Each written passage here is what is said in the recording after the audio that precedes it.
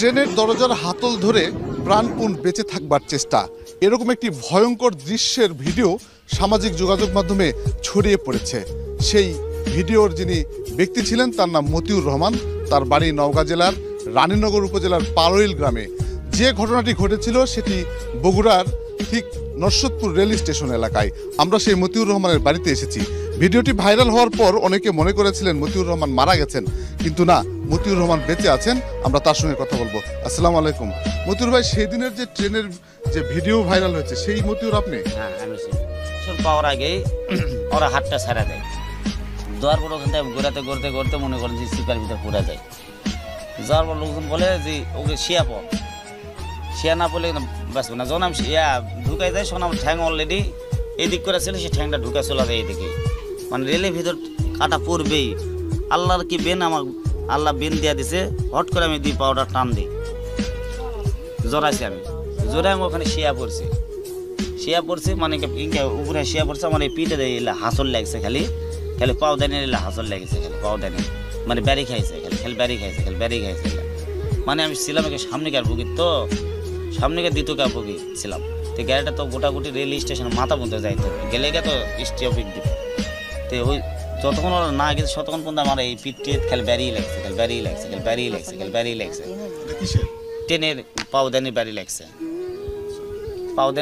তারপরে ট্রেনের যে একটা ইয়া থাকে না, ওটার ব্যারি লাগছে। কত তো সেন নেয়, কোনটা ব্যারি লাগবে, কোনটা কি হবে। আর ওরা ভিতরে দরজার ব্যারি দিছে, এলা গেটের দরজার ব্যারি দিছে। হাত আমি একটা ধরেছিলাম, এক হাত ধরেছিলাম, আর এক হাত যখন ধরবে শোন ওরা হাত ছাড়া দেয়।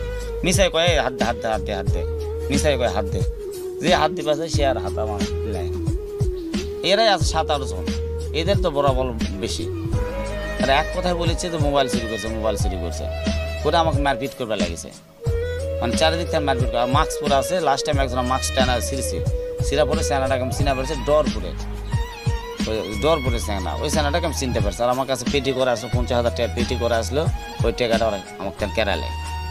আমি তো ওটার জন্য খুব চেষ্টা করি, ওরা আমাকে উঠতে দেয় না। লাস্টে ফিনিশিং স্টেশন যখন নরসদপুর স্টেশন পাবো, এই টাইমে ওরা আমার হাত ছাড়া দেয়। আমার সাথে যেটা হয়েছে সেটা আমি দুনিয়ার বলি যে আমার যে হয়েছে এটা যেন কারোর সাথে জানে এরকম সিনারি যেন না হয়।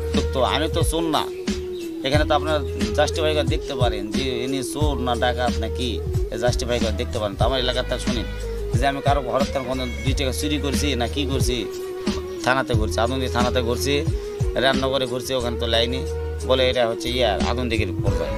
আদন্দিকে এসে ঘুরছে, আদন্দিক এটা আমাকে না, এরা রেল স্টেশন যাও।